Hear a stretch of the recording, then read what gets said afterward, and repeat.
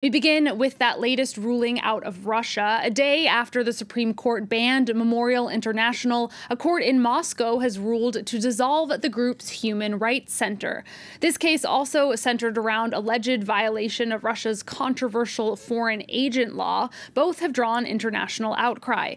Critics accuse the Kremlin of shutting down views that don't align with its historical narrative. Well, for more, we can cross to Moscow and speak to Felix Light of the Moscow Times. Felix, can you tell us more about this ruling? Was it any different from the one that we saw yesterday? Well, Alison, today's judgment was very much a continuation of what we saw yesterday. We saw this memorial organization, sort of very much the heart of Russian civil society now for 30 years, coming under attack again.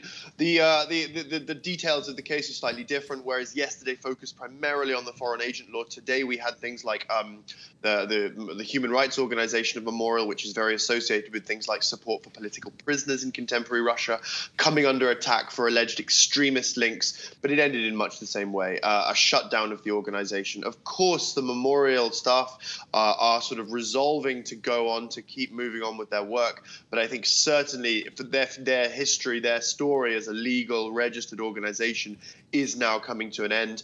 The legal team have promised to appeal, but Russian courts are, of course, not generally seen as politically independent. So I think it's very unlikely that a ruling from a higher court in Russia or even a European court is likely to be positive for the organization. So I think this very much is the end of the road, even more decisively than yesterday was, I think. And Felix, these rulings cap off a year that's seen unprecedented crackdown on dissent in Russia. What voices of opposition are there left? Yes, quite. So this year sort of began with the effective destruction of the movement around Alexei Navalny, that sort of opposition movement that really dominated anti-Kremlin politics in Russia for 10 years or more.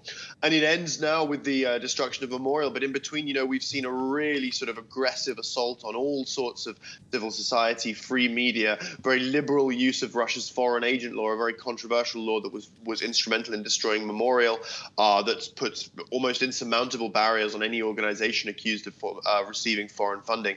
So at this point, what's left of sort of Russian civil society, of the Russian opposition, is incredibly marginalized. There's even sort of talk of the hitherto sort of loyal opposition parties that make up the parliamentary opposition coming under attack. So I think, this may be the end of the year now, but we are not looking at sort of a let up in this sort of onslaught on Russian civil society in the new year. Far from it. I think we'll see more of these sort of court proceedings. We'll see more very, very selective prosecutions of individuals the Kremlin dislikes. And, the Kremlin really will, I think, continue as they've started this year, and we'll see a lot more of this. All right, Felix Light of the Moscow Times, thank you very much for that update from the Russian capital.